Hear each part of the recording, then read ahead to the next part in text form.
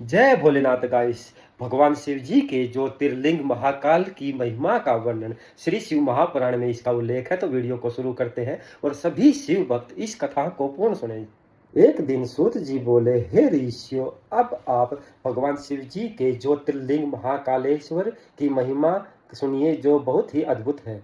जैन नाम की एक नगरी थी और उस नगरी का राजा का नाम चंद्रसेन था, जो भगवान शिव जी का परम भक्त था। राजा का एक अन्य मित्र था जिसका नाम मणिभद्र था। एक बार राजा मणिभद्र उज्जैन के राजा चंद्रसेन से प्रसन्न हुए और उन्हें एक कौस्तुभ मणि प्रदान की, और वह मणि सूर्य के समान चमक रही थी। और राजा चंद्रसेन ने उस मणि को अपने गले में धारण कर लिया और वह स्वयं भी सूर्य के समान प्रकाशमय हो गए।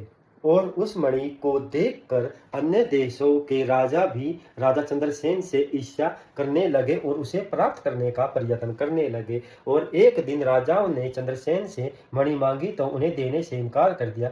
तब सभी राजाओं ने क्रोध में होकर अपनी अपनी सेना लेकर चंद्रसेन से युद्ध करने के लिए आ गए। यह देखकर राजा चंद्रसेन ने भगवान शिव जी के स्वरूप महाकाल महादेव की शरण ली और पूजा में लीन हो गए।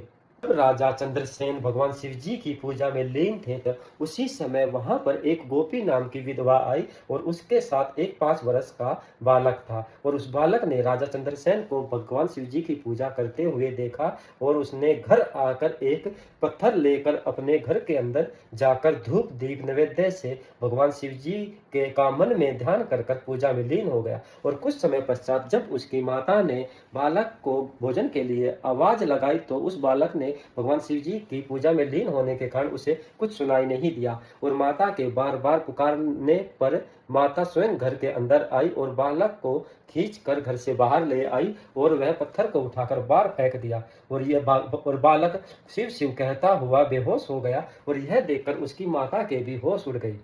जब कुछ समय पश्चात बालक को होश आया कि उसने देखा कि वह महाकाल मंदिर में विराजमान है और उसके सामने भगवान शिव जी का रत्न में ज्योतिर्लिंग विराजमान स्थित है। यह देखकर बालक बार बार प्रणाम करने लगा। अब बालक भगवान शिव जी का ध्यान करता हुआ अपने घर आ गया और उसने घर आकर देखा कि उसकी माता रत्न जड़ित पलंग पर सो रही है और उन्होंने अमूल्य आभूषणों को धारण कर रखा है।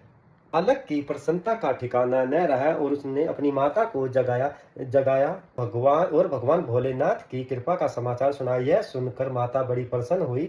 और पूजा के पश्चात जब राजा चंद्रसेन को यह बात अपने मंत्रियों से पता चली कि गोपी और उसके बालक के ऊपर तो भगवान शिव जी की कृपा है, तो राजा ने गोपी के घर आकर भगवान भोलेनाथ का प्रभाव देखा। और रात के समय प्रजा तथा राजा ने एक बड़ा भारी उत्सव मनाया। और प्रातःकाल होने पर यह समाचार सारे नगर में फैल गया और सभी नगर के लोग वहां पर गोपी के घर को देखने के लिए भीड़ उमड़ पड़ी। जब यह बात अन्य राजाओं को पता चली कि राजा चंद्रसेन पर तो भगवान महाकाल की कृपा है, उन्होंने सोचा कि इस पर तो विजय प्राप्त करना असंभव है और इसके साथ तो मित्रता करने में ही भलाई है। और इस प्रकार सोचकर सभी राजा गोपी के घर पर आए और भगवान शिव जी के ज्योतिर्लिंग के दर्शन किए। इसके बाद हनुमान जी प्रत्यक्ष रूप में प्रकट हुए और उनके दर्शन करने से समस्त राजाओं प्रसन्न हुए और अपने आप को भाग्यशाली समझने लगे। अब हनुमान जी ने गोपी के बालक को गोद में उठाया और उसे गले से लगाया। इसके बाद हनुमान जी ने राजाओं तथा वहां के मनुष्यों को एकत्रित करके कहा, इस चराचर जगत के कल्याणकर्ता तो भगवान शिव जी ही है। और चंद्रसेन की पूजा करते हुए देखा और इस बालक ने भी भगवान शिव जी का पूजन किया और इसका कल्याण हो गया, जो हमारे सामने सम्मुख है।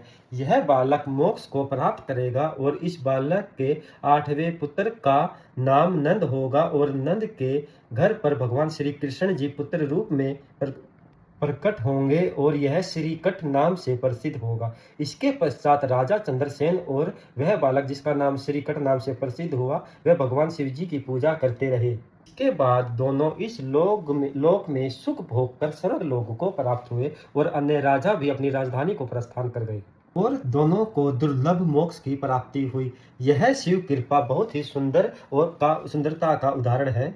इसके स्मरण करने से ही सभी के कष्ट दूर हो जाते हैं। और उन पर भगवान भोलेनाथ की कृपा सदैव के लिए बनी रहती है।